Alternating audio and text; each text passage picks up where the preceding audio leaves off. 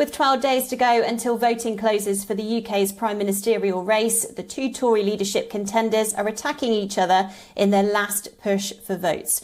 Rishi Sunak has criticised Liz Truss's economic plans, saying Truss cannot afford tax cuts and a support package in order to help tackle rising energy bills. And Liz Truss will put public finances in serious jeopardy, he says, adding fuel to inflation if she becomes PM.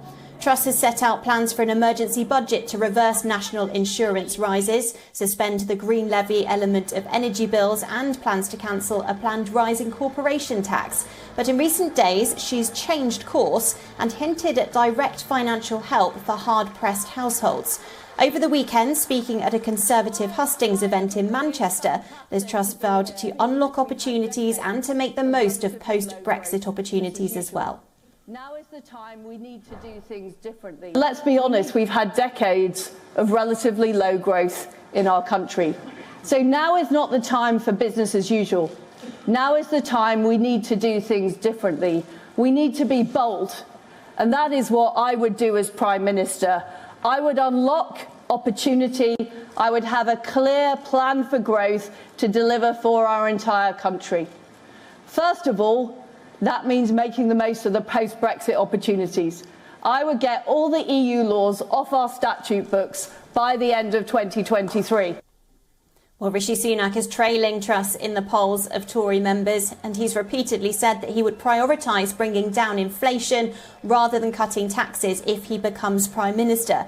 He has said he would introduce more targeted support for households and has promised to reduce VAT on domestic energy bills from 5% to 0%, as well as cut 3 pence off income tax by 2029.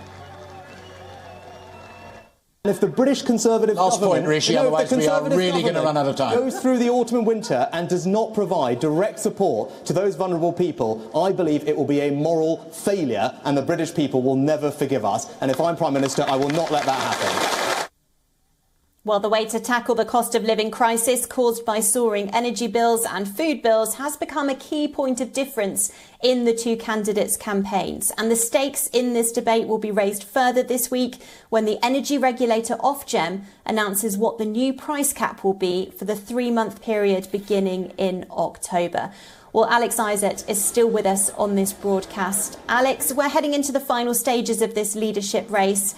How are Rishi Sunak and Liz Truss faring with the voters, and who's the favourite to win at the moment?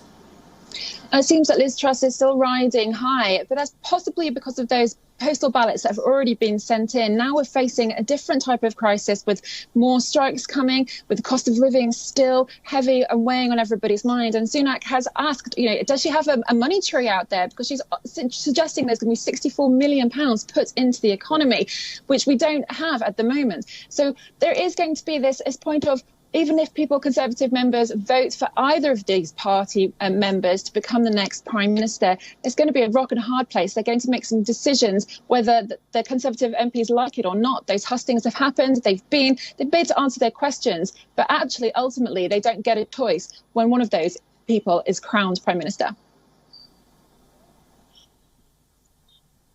Alex in London, thanks for that update.